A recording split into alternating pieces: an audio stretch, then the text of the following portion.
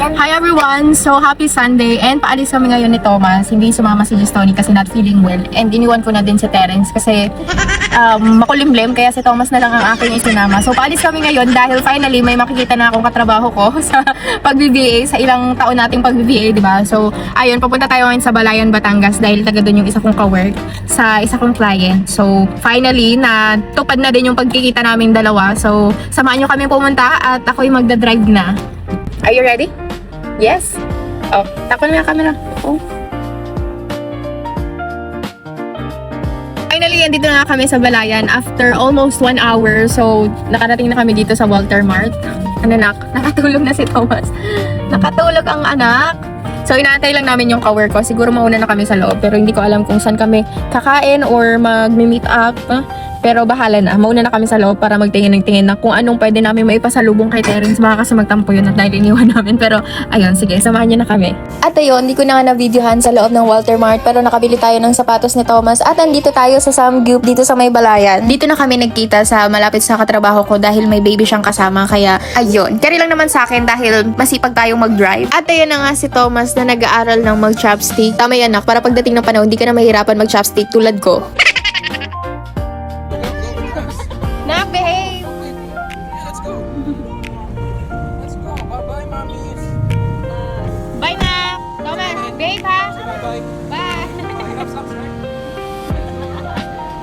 At ayun na nga, pinalaro na lang namin ang mga bata at ang nagbantay ay asawa ng katrabaho ko. Thank you talaga, Yeli, sa paglilibre dito sa Junakis kung napakakulit. At dito nga kami sa kapihan dito sa may Balayan para mag-meet at mag-usap about work.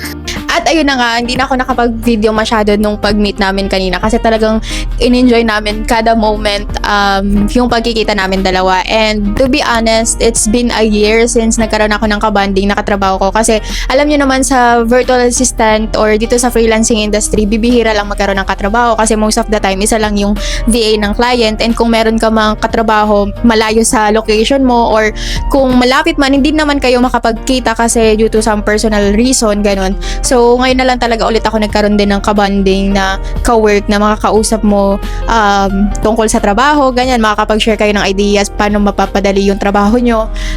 Ayun, so talagang collaboration siya ng aming trabaho, and then syempre, chismis na din kasi wala lang. Syempre, di naman mabubuhay ang pag-uusap pag wala talagang chika moment. So, yun, sobrang nakaka-happy lang, and I really enjoy those time. I mean, the time spending with her. So, thank you so much, Shelly, sa treat din. And to be honest, sa someone na talagang giver, iba talaga yung pakiramdam na nalilibre ka ng taong, alam mo yun, basta ganon, iba talaga sa pakiramdam kapag ikaw naman yung natitreat or nalilibre. Kaya thank you so much, Yeli. Hopefully we can I mean, hindi siya hopefully kasi alam ko naman next month, so papalanuhin na natin yan. And ayun lang, so far masaya ngayong araw kasi aside sa nakapag-banding tayo sa ating ka-work, ay na-banding ko din yung aking panganay kasi si Thomas lang yung sinama ko. And yun din, isa sa nakaka-touch lang din kanina kasi the way na alam mo yun, yung i-bond din nila si Thomas, talagang